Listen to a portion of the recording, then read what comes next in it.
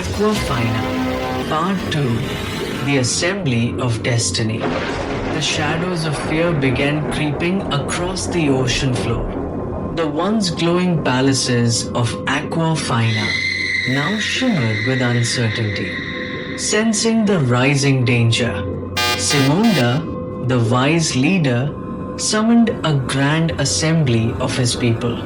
All of Aquafina gathered in the heart of their city. A vast open hall made of sparkling stones, glowing softly under the currents. Simonda rose from his throne. His voice, heavy and solemn, echoed through the hall. We stand at the crossroads of fate. We have two choices before us. First, we abandon our homes, surrendering the ocean to the Gibraltar. Or second, we fight for our lives, even if it means dying with honor. For a moment, silence gripped the gathering. Only the sound of the distant currents filled the void.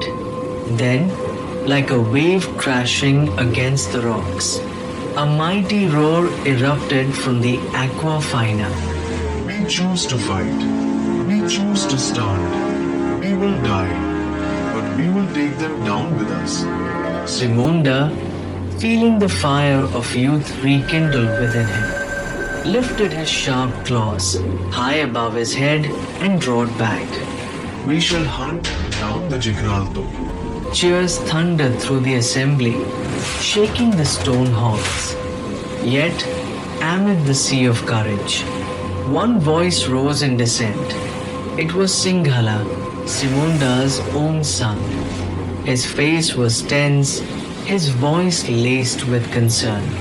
Father, this is not wisdom. There must be another way. We must try to talk to them. A ripple of murmurs spread across the hall. Ruaba, the fierce general of the Aquafina army, scoffed loudly, his eyes blazing with disdain. Talk to beasts? Tell me, young prince, what words will you speak to those who understand only blood? Will you teach a carnivore to feast on seaweed? Ruaba laughed mockingly, shaking his head. Singhala stood firm, unshaken. No creature desires death, not even the Gibraltar.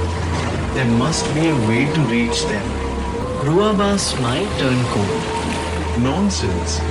Cowardice has no place in war. Infuriated, Singhala took a step toward Ruaba, but Simonda's voice thundered over them. Enough.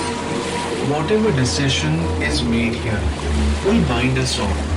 Ruaba sneered, whispering under his breath. And how do you plan to face the enemy? With words or with courage? Simonda turned away from the bitter exchange, his mind already made up. Prepare the battalion of warriors, he commanded. The assembly broke apart. Some rushed eagerly toward the armories, while others, like Singhala, walked away with heavy hearts. Beneath the surface, a darker battle was brewing. Ruaba, burning with secret ambition, knew that after Simonda, Singhala would inherit the throne.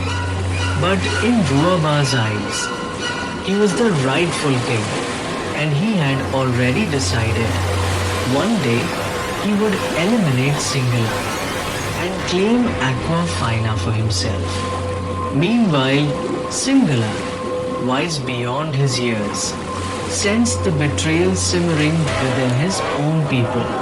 He knew that the true danger was not just the Gibraltar outside, but the hidden treachery festering within.